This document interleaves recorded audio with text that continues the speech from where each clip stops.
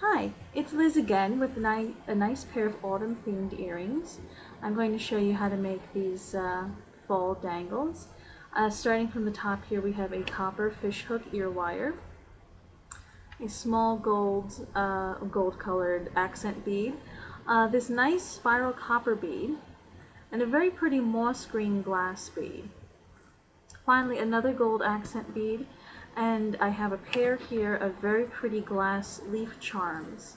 They are, I'm not sure how well you can tell in the video, but they are orange and green gradient. So this is putting me in mind of the changing leaves and increasing chilliness around where I am right now. Autumn is one of my favorite times of year, and hopefully a little bit of that's reflected in these earrings. So let's get to work. I'm going to lower the laptop lid so you can see what I have on my beadboard. Okay. As usual, I've laid out all the supplies and everything I need to make the final earring in the pair. Number one, or rather 1 and 2, we have the pliers, round nose and otherwise, and of course the wire cutters. I'm going to move these over to the side because I'm right-handed, it's actually easier for me to grab that way.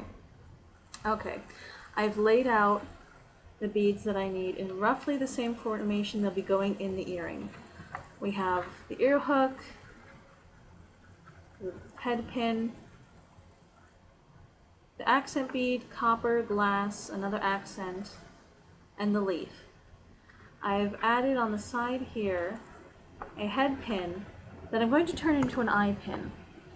In the video previous to this, I mentioned what a head pin was. All it is a length of wire, and one end has some sort of stop at the end. But this one, I'm not sure if you can tell, just looks like a tiny pin or a tiny, tiny nail head. Some of them have spikes, like with these earrings. Some have paddle shapes, some even have gemstones and whatnot. They get very fancy. But they'll have that one thing in common, they just stop. So if you're going to do a dangle, you put beads on it, that way they don't fall off the other end. Another kind of pin, the cousin to it, is called the eye pin, which is what we really need today. Now there's a way to turn head pins into eye pins. It's very simple, and it can save you a few bucks in case you've ordered a whole bunch of head pins in bulk and went, oops, I forgot the eye pins. It's really the same thing. So you decapitate the head pin. What I just did there was I snipped off the very end of, I'm not sure if you can even see it on camera, I snipped off the very end of the head pin, I put it in my little garbage pile, and now I just have a length of wire. I'm going to estimate about how much I need. The larger the loop, the more wire you bend off. I'm not going to need a very large loop, so I'm making here a rather small bend. You bend 90 degrees, and then you bring it around again, just like making a simple loop, which really this is.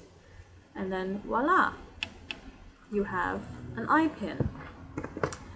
Now, the reason I'm using here an eye pin is because this dangle, the leaf dangle, it can't be strung on vertically. It needs a jump ring to hold it on, and that jump ring needs something to hold on to and turn, which you would not get with a regular head pin. So we're going to start assembling here. The last thing I'm going to do actually is attach the leaf dangle. That's usually a good guideline when you're doing dangle earrings. Try to do the meat of the earring first to get that out of the way. Alright, so I have a small gold accent bead that goes on. There goes my green glass bead. I love that color, it's so pretty. The copper bead and the final accent bead. I like to stick in the accent beads for a little extra pop of color, and also sometimes the holes, especially on glass beads, can be a little larger.